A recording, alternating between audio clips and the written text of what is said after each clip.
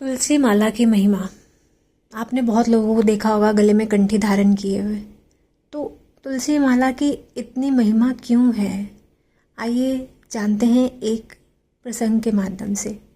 हरे कृष्णा, राधे राधे। आप सभी का बहुत बहुत धन्यवाद मेरे चैनल बनाने के लिए।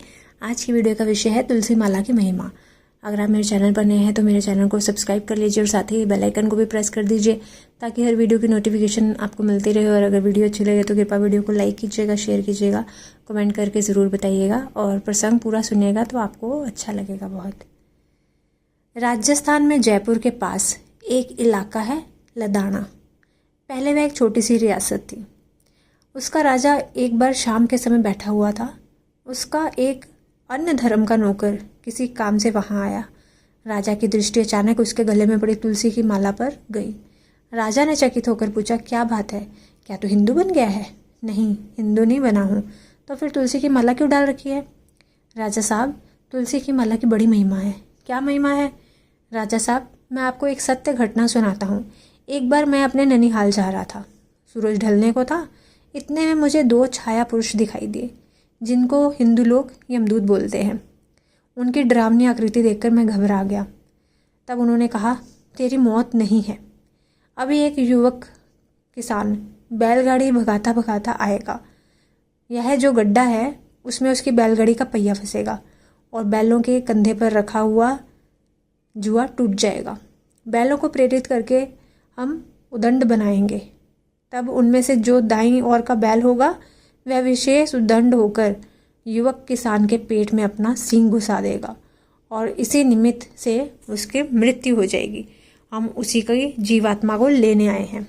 राजा साहब, खुदा की कसम, मैंने उन यमदूतों के से हाथ जोड़कर प्रार्थना की कि यह घटना देखने की मुझे इजाज़त मिल जाए।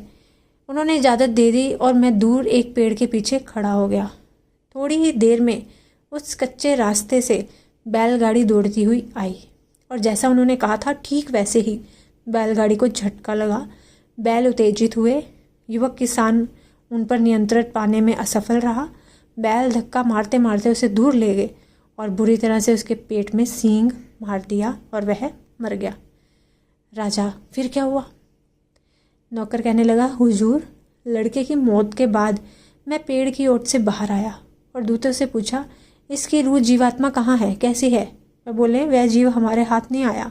मृत्यु तो जिस निमित्त से थी हुई, किंतु वहाँ हुई जहाँ तुलसी का पौधा था।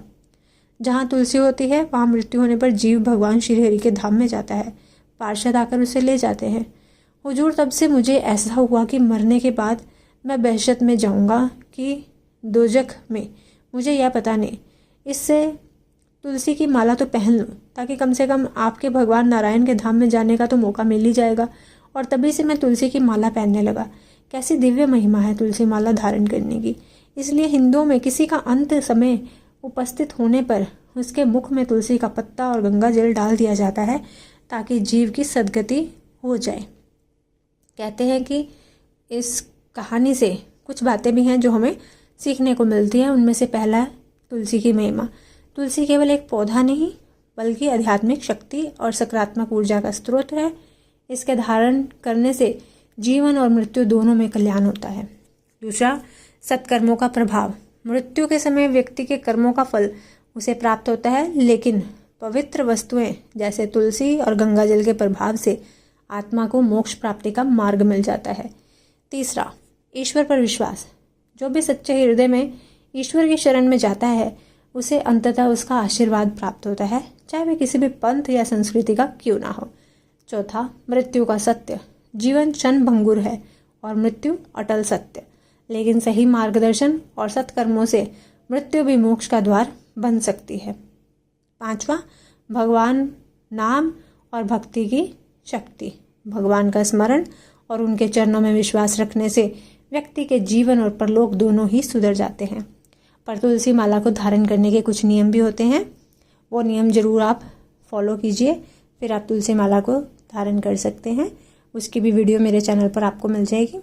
अगर आपको ये जानकारी अच्छी लगे, प्रसंग अच्छा लगा हो तो कृपया वीडियो को लाइक शेयर कर दीजिए।